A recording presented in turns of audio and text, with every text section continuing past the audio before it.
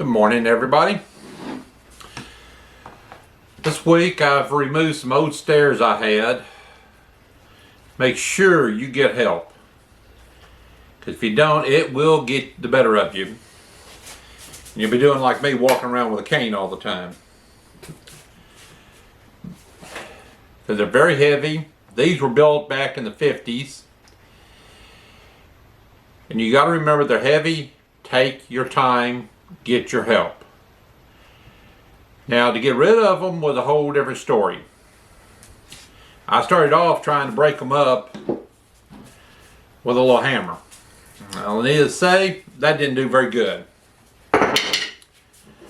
After that, I did get a little better chance of moving them. I was breaking them with an air impact hammer, which works real good, except for I had trouble with the air compressor. I have a little pancake air compressor, and as soon as you drop below 90 psi, this thing here don't do very good.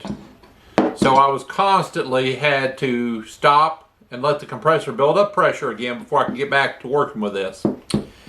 And when you're doing concrete breaking like this, just this example, you're going to have to break a few little beads across one spot, turn it, break a little bit more, turn it, break a little bit more. Usually at this point, you can get back to the center here and start hitting real hard with your air impact with full pressure, and you're going to be able to get it to break, and then you can move on to your next section. And then I had to clean all that mess up afterwards. Then I went to making my forms and getting my ground prepared. I had to first clean up a little bit and level it out, because my old steps sunk in the ground really bad. At this point, I had to add a few bricks to help fill in the hole that the old brick steps left. Then finished that up, packed it up good, and then I could lay my forms. When you go to cut your forms, make sure you cut them a little longer than what you think you need. I had to redo mine a little bit because I cut them at the 48 inches I wanted, and then I discovered that you need to add the thickness of each side, because otherwise it'll make it too short. So when you do that, then you can put your forms in nice, make sure they're secured to the ground, and then you got to make sure they're level. That was a whole deal in itself to make sure this was level, because you can't just check the front to back, side to side. It really doesn't work that easily. What I had found was you can get one up here and one over here. They're both level, but they're still lumpy job. So you need to double check everything when you go to lay your forms and make sure they're all straight. Lay your rebar in. Don't pile dirt up under it. You need to lay plastic forms to help hold them up. Or like I did, I used pieces of old broken bricks, so they would not be left laying on the ground when I poured my concrete. And talking about concrete, make sure you mix your concrete. I've seen quite a few videos where people were digging their holes to put in a post.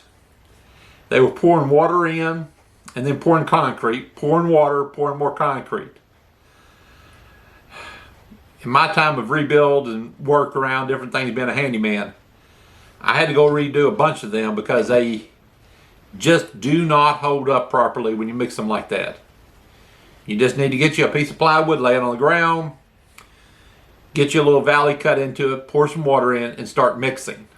Once it's thoroughly mixed, then put it into your hole or in your form and level it off. After I got all that finally leveled, I started looking at my material that I needed to put in. I went with 2x12 material because I wanted 11.5 inches for the tops. And knowing that I didn't have very much height to go with, that would work out for me. when you're doing your deal, you can get your phone, and your phone can do a simple calculations. Got a little calculator ad here. You put in how high your steps are. It'll tell you how high, how wide to make your steps. Easy cutout.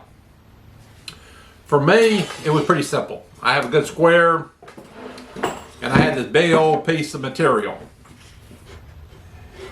And since my height, I went with 5-inch steps because I don't want to step up to 7-inch. So my first one was cut at 3.5. My second one was 8.5. So I did not have to get your standard stairs. I was able to just lay them flat, cut out flat. Do not cut past your center lines. And then just cut it off here. I did 3 of them and put my top boards right across.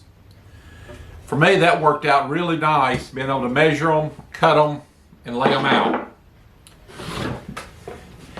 And make sure you get treated wood because this stuff is heavy, but it's worth it.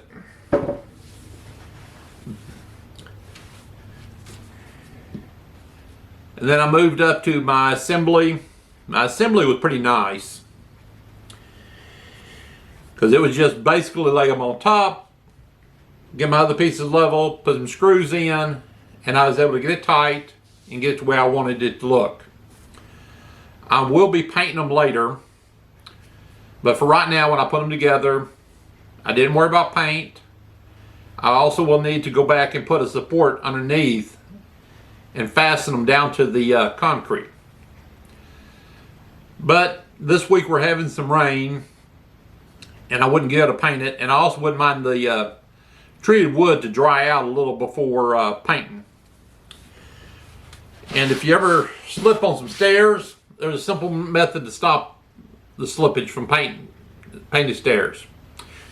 Put your first coat of paint on, get you a little bit of play sand, and sprinkle it on your steps. After it starts to dry a little bit, put your second coat of paint on and your third.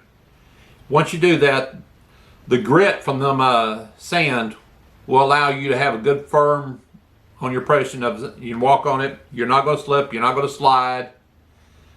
But yeah, just mix a little bit of sand in with your paint. For me, I want to do it separate. I want to paint, put the sand down, and then paint again, and not actually have it mixed in my container. That way I can use my paint leftover for other items. And that's it for the day this week. Please make sure you send me a like. Please make sure you send me a like and some thumbs up if you like this, so I can make you some more videos later in the future. And please leave some comments. I want to hear from y'all and figure out what y'all's going on. What would you like to see me build or do? I got the tools. For myself, I like rigid. It works out real good. And you'll see that I use my rigid tools all the time. And when you use screws, make sure you use coated for outdoor use when you use on stairs like this. Otherwise, it'll cause you issues. And I will talk to y'all later. Thank you for watching my video.